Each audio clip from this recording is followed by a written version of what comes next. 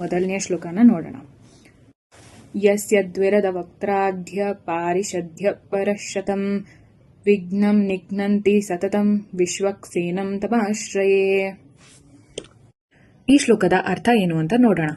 ಯಸ್ಯ ಯಾರದು, ದ್ವಿರಥ ಅಂದ್ರೆ ಎರಡು ದಂತಗಳು ಇರುವುದು, ವಕ್ತ್ರಾಧ್ಯ ಅಂದ್ರೆ ಈ ತರ ಮುಖ ಹೊಂದಿರುವವರು, ಪಾರಿಷದ್ಯಾಹ್ ಅಂದ್ರೆ ಈ ಪರಿವಾರದವರು ಅಥವಾ ಸದಸ್ಯರು, ಸೇವಕರು ಅಥವಾ ಗಣಗಳು ಅಂತ ಹೇಳ್ಬೋದು.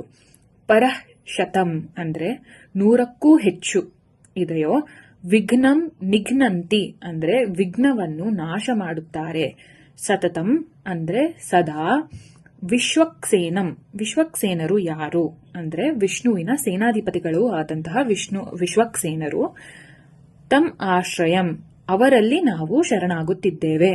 ಈ ಒಂದು ಶ್ಲೋಕದಲ್ಲಿ ನಾವು ವಿಶ್ವಕ್ಸೇನರನ್ನು ಕುರಿತು ಮಾತಾಡ್ತಿದ್ದೀವಿ. ವಿಶ್ವಕ್ಸೇನರು ನಮ್ಮ ವಿಷ್ಣು ದೇವರಿನ ಸೇನಾಧಿಪತಿಗಳು. ಅವರನ್ನು ನೋಡ್ಲಿಕ್ಕೆ ವಿಷ್ಣು ದೇವರ ಹಾಗೆಯೇ ಡಿಸ್ಕ್ರೈಬ್ ಮಾಡ್ತೀವಿ.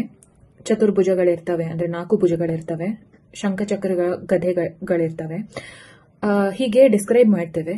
ಮತ್ತು ಅವರ ಸೇನೆಯಲ್ಲಿ ಇರುವಂತಹ ಸೇವಕರು ಅಂದ್ರೆ ಅವರಿಗೆ ಆನೆಯ ಮುಖ ಇರುತ್ತೆ ಮತ್ತು 2 ದಂತಗಳಿರ್ತವೆ. ಕೆಲವೊಮ್ಮೆ ನಾವು ವಿಶ್ವಕ್ಸೇನರನ್ನೂ ಸಹ ಆನೆಯ ಮುಖ ಮತ್ತು 2 ದಂತ ಇರುವ ಹಾಗೆ ಡಿಸ್ಕ್ರೈಬ್ ಮಾಡಿದ್ದು ಉಂಟು.